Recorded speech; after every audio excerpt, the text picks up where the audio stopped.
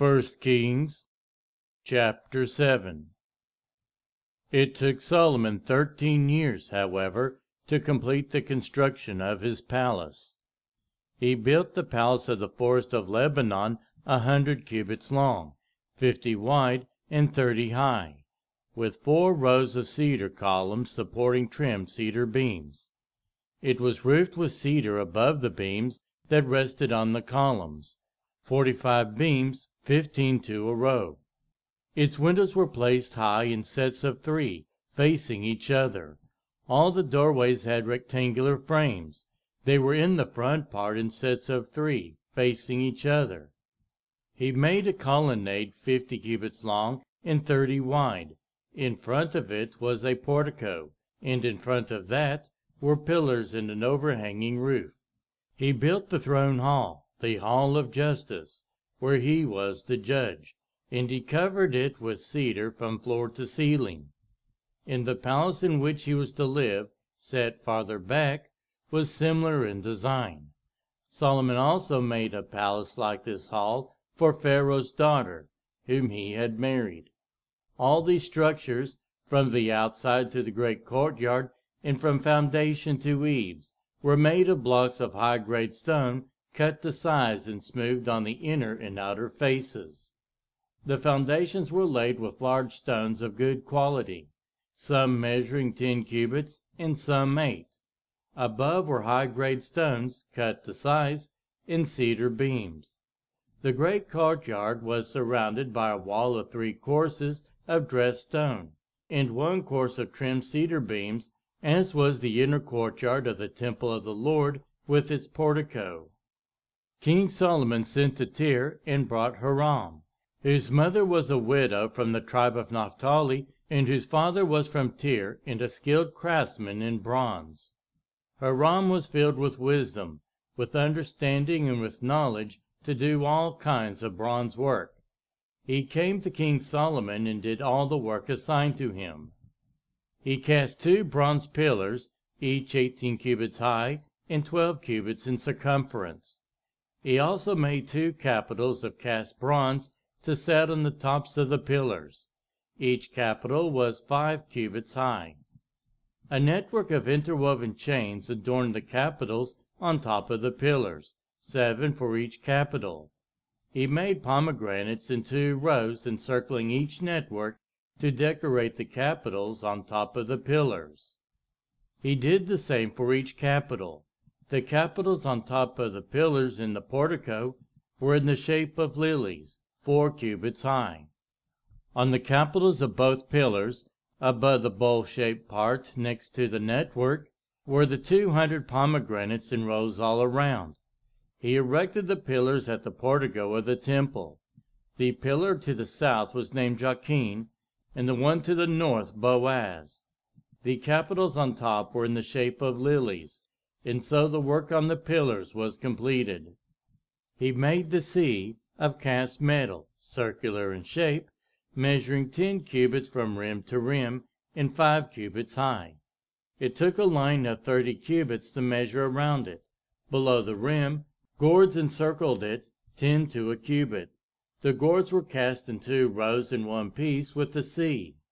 The sea stood on 12 bulls, 3 facing north, 3 facing west, 3 facing south, and 3 facing east. The sea rested on top of them, and their hindquarters were toward the center.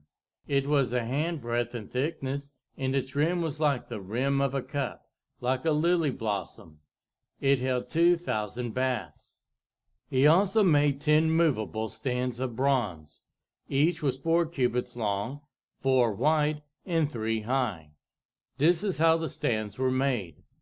They had side panels attached to uprights. On the panels between the uprights were lions, bulls, and cherubim, and on the uprights as well. Above and below the lions and bulls were wreaths of hammered work. Each stand had 4 bronze wheels and bronze axles, and each had a basin resting on 4 supports, cast with wreaths on each side. On the inside of the stand there was an opening that had a circular frame 1 cubit deep. This opening was round, and with its base work it measured 1.5 cubits. Around its opening there was engraving. The panels of stands were square, not round. The 4 wheels were under the panels, and the axles of the wheels were attached to the stand. The diameter of each wheel was 1.5 cubits. The wheels were made like chariot wheels. The axles, rims, spokes, and hubs were all of cast metal. Each stand had 4 handles, one on each corner, projecting from the stand. At the top of the stand there was a circular band 1/2 cubit deep. The supports and panels were attached to the top of the stand. He engraved cherubim, lions, and palm trees on the surfaces of the supports and on the panels, in every available space, with wreaths all around. This is the way he made the 10 stands. They were all cast in the same molds and were identical in size and shape. He then made 10 bronze basins, each holding 40 baths and measuring 4 cubits across, 1 basin to go on each of the 10 stands. He placed 5 of the stands on the south side of the temple and 5 on the north. He placed the sea on the south side at the southeast corner of the temple. He also made the pots and shovels and sprinkling bowls.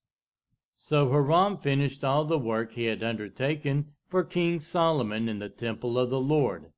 The 2 pillars, the 2 bowl-shaped capitals on top of the pillars, the 2 sets of network decorating the 2 bowl-shaped capitals on top of the pillars, the 400 pomegranates from the 2 sets of network, 2 rows of pomegranates for each network decorating the bowl-shaped capitals on top of the pillars, the 10 stands with their 10 basins, the sea and the 12 bulls under it, the pots, shovels, and sprinkling bowls.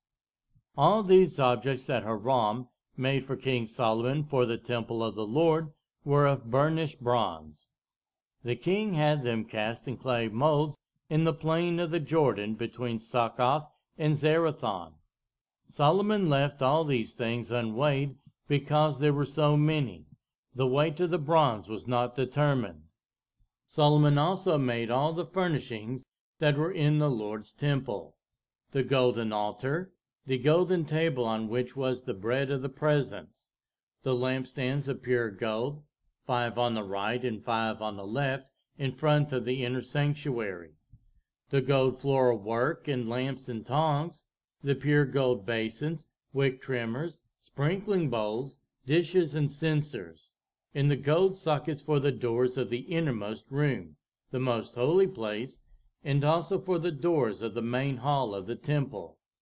When all the work King Solomon had done for the temple of the Lord was finished, he brought in the things his father David had dedicated, the silver and gold, and the furnishings, and he placed them in the treasures of the Lord's temple.